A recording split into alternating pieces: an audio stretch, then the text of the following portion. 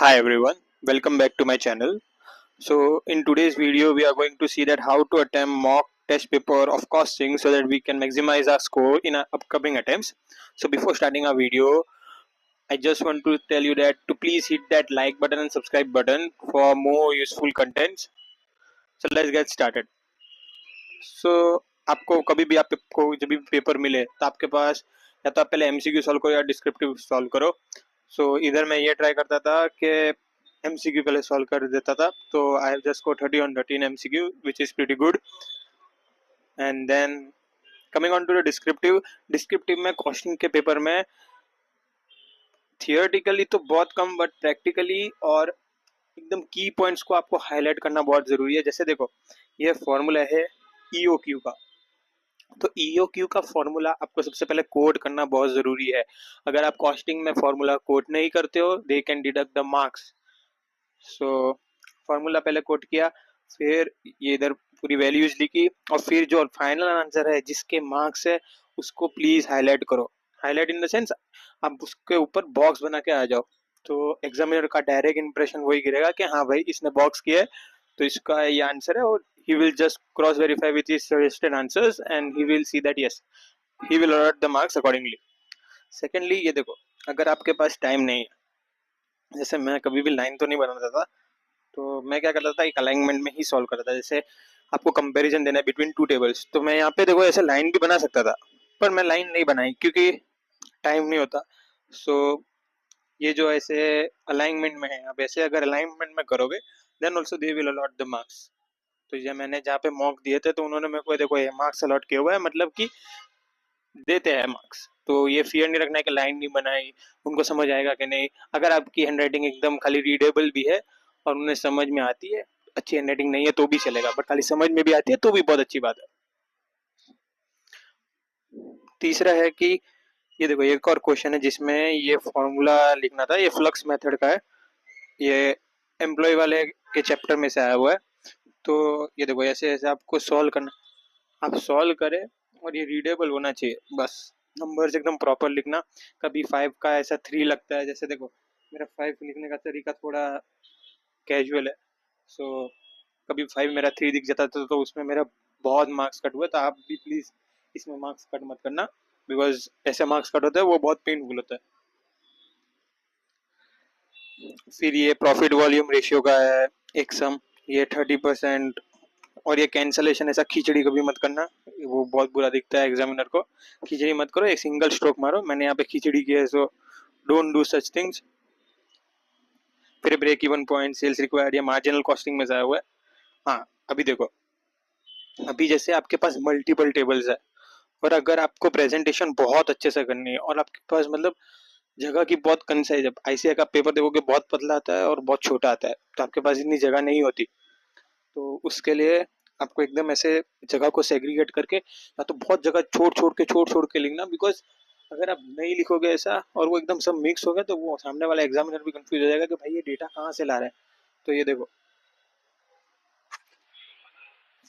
ये देखो ये मैं नीचे ही वर्किंग कर दो. उसके नीचे जैसे ये अमाउंट कहाँ से आया तो उसके नीचे वर्किंग कर दे. ये अमाउंट कहाँ से आया उसके नीचे वर्किंग. ये अमाउंट कहाँ से आया उसके नीचे वर्किंग. ये अमाउंट कहाँ है उसके नीचे वर्किंग. तो ये वर्किंग नीचे करते जाओ तो उसको पता चलेगा कि हाँ ये वर्किंग के ऊपर वाला जो अमाउंट है ये इसका आंसर है. तब उसे समझ में आएगा, वरना आप किधर भी कुछ भी अमाउंट लिख दोगे वो मार्क्स नहीं देगा. तो ये एक्टिविटी बेस्ड कॉस्टिंग में से था. तो ये वेरिएबल अप्रोच में से था. साइमल्टेनियस इक्वेशन बना के सॉल्व करना था. तो यस वो कर दिया और उसमें देखो 9 मार्क्स का ही क्वेश्चन था तो 9 में से 9 मार्क्स मिल गए. So it is pretty good. फिर डिस्ट्रीब्यूशन ऑफ प्रोडक्शन ओवरहेड, फिर उसको डिस्ट्रीब्यूट किया. अपॉर्शनमेंट रीअपॉर्शनमेंट मेथड से किया था. एक्टिविटी बेस्ड कॉस्टिंग में एक और मेथड होती है तो उस मेथड से भी मांगा था तो वो मेथड से भी कर दिया. अब ये है यूनिट ऑफ बजट कॉस्टिंग में से है शायद. सो ये एक बार सॉल्व करके इधर मैंने थोड़ा खिचड़ी कर दिया था, मैंने बाजू में ही सॉल्व कर दिया. बट ऐसा मत करना है, आप ऐसे साइमल्टेनियसली अलाइनमेंट में ही सॉल्व करना. ऐसे बाजू बाजू में मत करना बिकॉज उनको पता नहीं चलेगा कि यहाँ से कंटिन्यू है कि यहाँ से कंटिन्यू. तो उन्हें बिल्कुल पता नहीं चलेगा कि भाई कंटिन्यू कहाँ से हो रहा है. सो प्लीज़ उसको अवॉइड करना.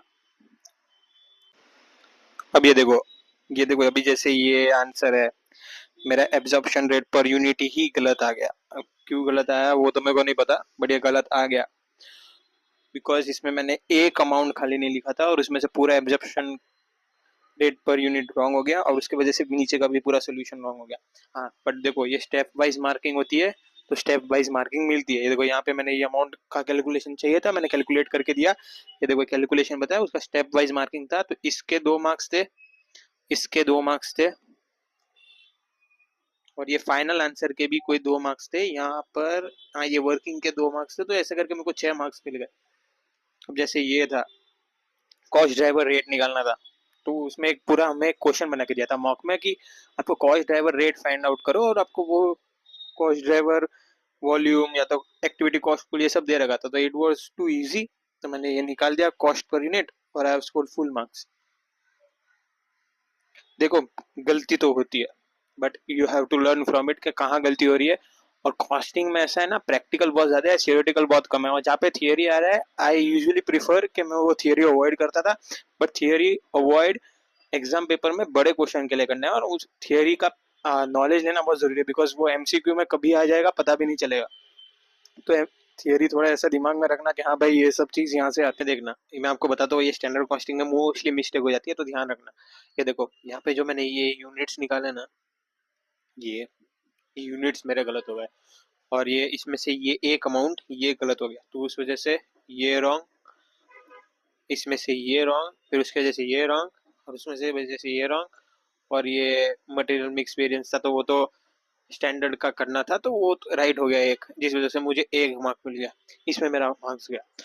तो स्टैंडर्ड कॉस्टिंग में ऐसा ना कि अगर आपका 2 अमाउंट रॉन्ग होंगे ना, या तो प्राइस या तो क्वांटिटी, अगर ये दोनों में से एक एक अमाउंट रॉन्ग होंगे ना, तो मोस्टली चांस है कि उसके नीचे से नीचे सब रॉन्ग होता जाएगा। तो उसमें उसको जब सॉल्व करें स्टैंडर्ड कॉस्टिंग के सम को, तो एकदम ध्यान से करें, थोड़ा टाइम ज्यादा ले चलेगा, दूसरे में हम कम टाइम अलोकेट करेंगे वो भी चलेगा। टाइम मैनेजमेंट का एक अलग वीडियो बनाऊंगा मैं, इसमें समझेंगे कि टाइम अलोकेट कैसे करते हैं। So this was all and I have scored something around 84 marks, which is pretty good. So yeah, so that was it in this video. If you like it, then do subscribe to my channel if you are new, and thank you.